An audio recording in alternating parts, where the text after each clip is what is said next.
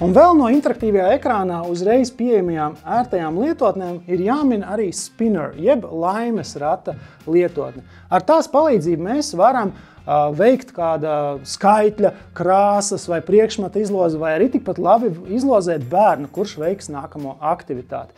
Es jau iepriekš esmu šeit pievienojis sarakstu ar skudriņu grupiņas bērniem, un viss, ko man atliek izdarīt, ir šo laimes ratu iegriezt.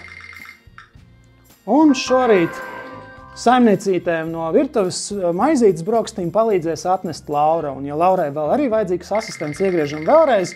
Un Laurai talkā ies Baiba.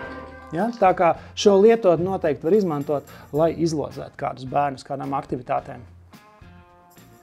Šīs bija tikai dažas no daudzveidīgajām aktivitātēm un iespējām, kādas spēj piedāvāt mūsdienīgs interaktīvais ekrāns. Ceru, ka šie piemēri būs jums bijuši noderīgi un arī kalpos kā lieliska iedvesma, lai jūs izdomātu arī paši savas aktivitātes, lai bērniem šīs mācību nodarbības ar interaktīvu ekrānu palīdzību būtu daudz aizraujošāks un iesaistošāks. Lai jums izdodas!